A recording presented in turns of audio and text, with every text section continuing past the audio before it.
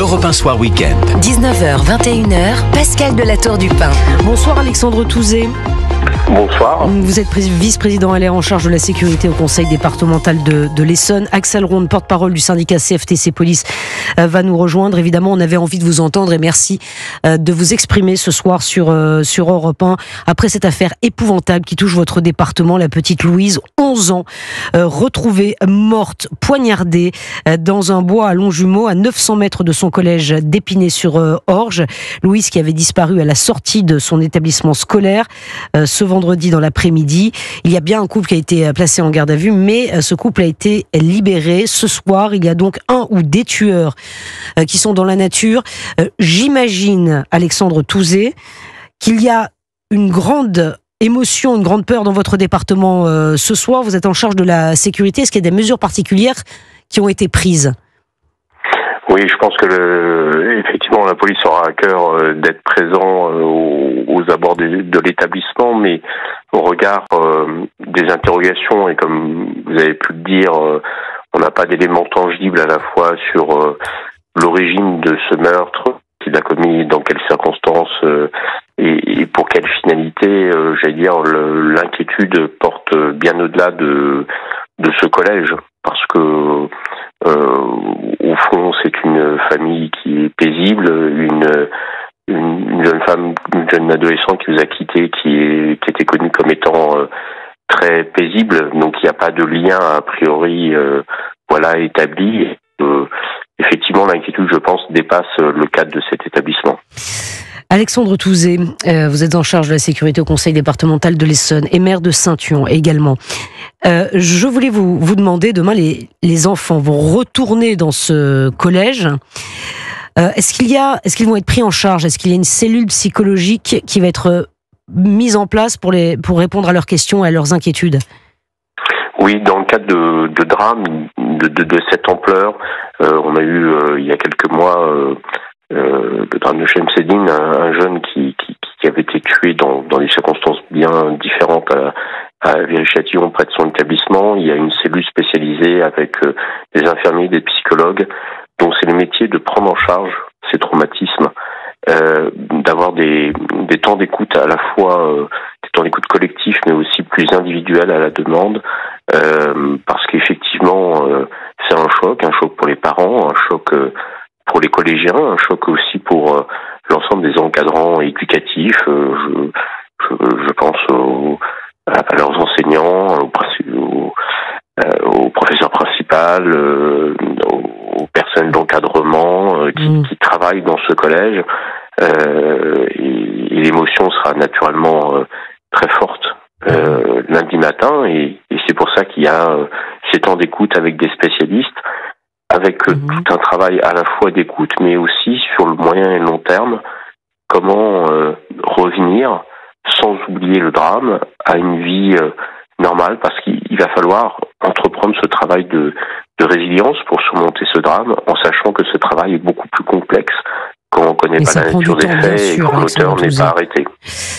Alexandre Touzé, restez avec nous. Je voudrais parler à Axel Ronde, porte-parole du syndicat CFTC Police. Bonsoir, merci d'être avec nous en direct sur Europe 1. Évidemment, beaucoup d'émotions, on le disait, Alexandre Touzé en parlait, vice-président en charge de la sécurité au conseil départemental de l'Essonne. Les élèves vont être pris en charge demain. Du côté de l'enquête, quelle est la priorité des enquêteurs au moment où nous parlons, Axel Ronde ? Axel Ronde, que nous avons peut-être égaré. Axel Ronde, est-ce que vous nous entendez ? Vous êtes en direct sur Europe 1. On a un petit problème un petit problème technique. Alexandre Touzé, je reviens vers vous.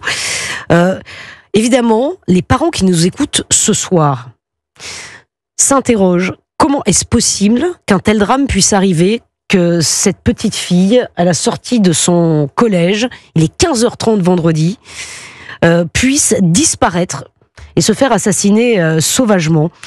Est-ce que les caméras de vidéosurveillance, évidemment, sont passées au peigne fin en ce moment ? Est-ce que ça prend du temps ? Alors, ça prend du temps, oui et non, parce que en fait, on connaît l'heure de sortie. Donc on connaît l'heure de sortie, on connaît malheureusement l'heure où le corps a été retrouvé.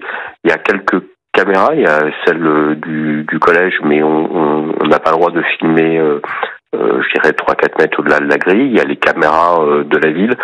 Je pense qu'aujourd'hui ce travail-là, il a déjà été effectué. Et d'ailleurs, l'arrestation non suivie de fait d'une personne hier, même avant-hier, puisque la personne a été arrêtée vers les minuit et demi, a été faite suite justement à un rapprochement qui s'est révélé faux entre une image de la vidéoprotection et cette personne qui a été arrêtée à tort, semble-t-il. Voilà. Donc aujourd'hui, il y a d'autres faits à rechercher.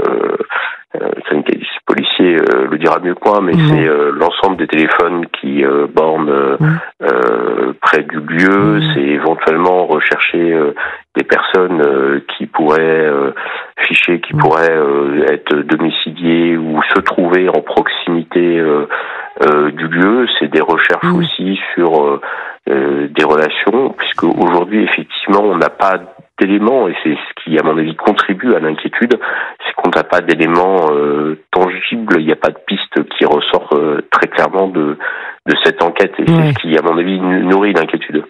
Et c'est bien normal, puisque pour l'instant, il n'y a pas eu d'interpellation, personne en garde à vue, et évidemment, ça sème le trouble, et ça sème l'angoisse, évidemment, pour les parents. Nous avons retrouvé Axel Ronde, porte-parole du syndicat CFTC Police. Est-ce que vous êtes là ?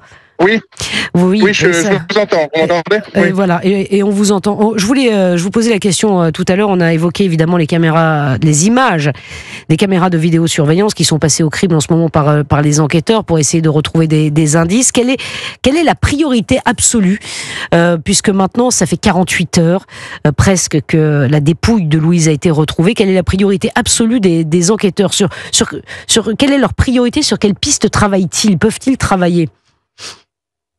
La priorité, c'est de retrouver l'individu qui a commis ce meurtre pour éviter qu'il réitère un autre meurtre. On ne sait jamais, parce qu'on peut être sur un tueur en série. C'est une possibilité qu'il ne faut pas écarter. En tous les cas, les enquêteurs mènent tout type de recherche avec les caméras de protection, mais aussi avec la téléphonie mobile. On est vraiment sur la scientifique. Après, il y a mes collègues de la police judiciaire qui vont regrouper toutes les informations qu'ils ont pu trouver, comme les traces et indices qu'ils ont sur le lieu du meurtre. Le suspect ou les suspects pourraient déjà avoir quitté le département. Je pense au drame épouvantable de Philippine, qui elle était étudiante et qui s'est fait assassiner sauvagement et violer près de l'université Paris-Dauphine à Paris. Son meurtrier a été retrouvé en Suisse. C'est tout à fait possible que le suspect ou les suspects et déjà quitté le département. Et tout est ouvert, c'est pour ça, on ne va pas que se cloisonner sur le département de l'Essonne, on va élargir les recherches au-delà de ce département et au-delà de l'Île-de-France, bien évidemment. Mais pour l'instant, on recherche par rapport aux vidéoprotections, mais aussi à la téléphonie mobile, tout ce qui est bornage de téléphone, qui était sur cette zone exactement, essayer de faire des regroupements avec des personnes qui sont connues des services de la police pour voir s'il n'y a pas un éventuel individu qui pourrait correspondre à un type de ce comportement qu'il a pu... s'il y a déjà eu un individu qui est déjà fiché dans les délinquants, par exemple, sexuels, dans les délinquants qui peuvent commettre des crimes. On a toute une base de données et on travaille dessus, bien évidemment. C'est le travail des enquêteurs, bien évidemment. Mais au-delà de ça, il faut vraiment qu'on ait le moindre, si vous voulez, dès qu'on a le moindre indice, le moindre soupçon, on va vérifier. C'est pour ça qu'il y a eu une garde à vue de 2 individus pour lever, faire des levées de doute. C'est pas parce qu'on va en garde à vue qu'on est coupable, bien évidemment. La garde à vue, le régime de garde à vue, c'est pour trouver la vérité. Donc, on est vraiment dans ce travail d'enquêteur, dans ce travail d'enquête, et on espère que ça va aller rapidement. Bien évidemment, s'il y a des gens qui ont vu quelque chose, qui ont... oui, il faut évidemment, il y a un appel à témoins qui a dû être lancé par les forces de l'ordre. Axel Ronde, reste avec nous. Je me retourne vers vous, Alexandre. Touzé, vice-président en charge de la sécurité au conseil départemental de l'Essonne. Est-ce que il y a la sécurité a été renforcée à la sortie des collèges et des lycées de votre département demain? Alors écoutez, je pense que principalement vers ce collège, il y aura une attention des forces de police. Nous, effectivement, on a nos 101 collèges sont connectés à un centre de visionnage urbain qui se situe au sein du conseil départemental. Donc on aura effectivement dès demain matin une vigilance particulière. Après, je crois que aujourd'hui, rien n'indique que le fait est lié, si vous voulez, à l'activité du collège en elle-même.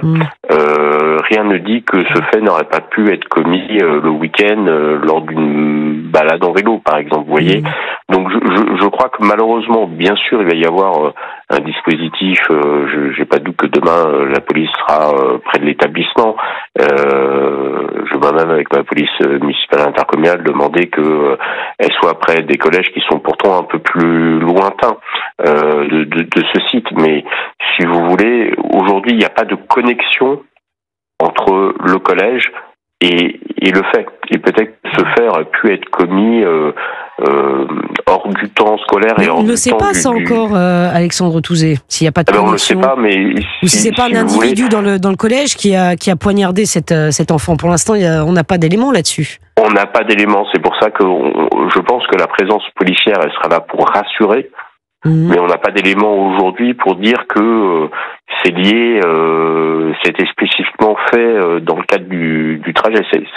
Effectivement, le crime a été commis dans le cadre du trajet, mais si on a une personne dangereuse, elle peut agir au-delà de ce temps spécifique, si vous voulez. Alexandre Touzé, juste un mot sur la violence, notamment dans votre département de l'Essonne. Donc on ne connaît ni effectivement l'assassin de Louise, ni les circonstances dans lesquelles elle a été tuée, ni les motifs. Mais le département de l'Essonne enregistre des chiffres qui nous ont interpellés au niveau des risques et des attaques au couteau.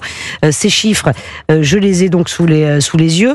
Ils sont en augmentation. En 2003, 56 rixes, 203 interpellations ont été recensées en Essonne et 20 affrontements ont eu lieu depuis le début de cette année 2024. Vous l'expliquez comment? Que se passe-t-il dans votre département?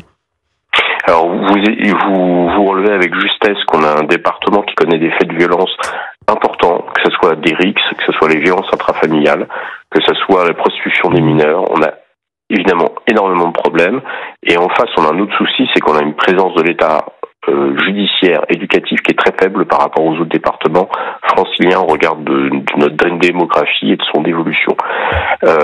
Sur les rixes, j'allais dire malheureusement, c'est des faits qui se propagent aujourd'hui, depuis 4-5 ans, sur des territoires qui n'étaient pas jusqu'ici affectés par ce problème, mais qui opposent des villes où ces histoires existaient il y a déjà 30 ans, et où on n'arrive pas à expliquer, et où il y a cette culture vraiment d'affrontement territorial qui est connecté d'ailleurs de trafic de stupéfiants. Il y a le trafic de stupéfiants comme ailleurs, mais en plus on a ces affrontements tribaux soit entre quartiers d'une même ville, soit entre deux quartiers riverains. Il y a aujourd'hui des progrès, c'est-à-dire qu'on limite la commission des faits, mais on a toujours une jeunesse, une hyper-jeunesse, c'est du 12, 13, 14 ans, qui se trimballe avec du couteau et qui va s'en prendre au quartier voisin, sans savoir d'ailleurs pourquoi, parce que c'est des histoires qui datent depuis 30 ans, qui sont d'une futilité totale, mais on a du mal à endiguer cette haine entre quartiers.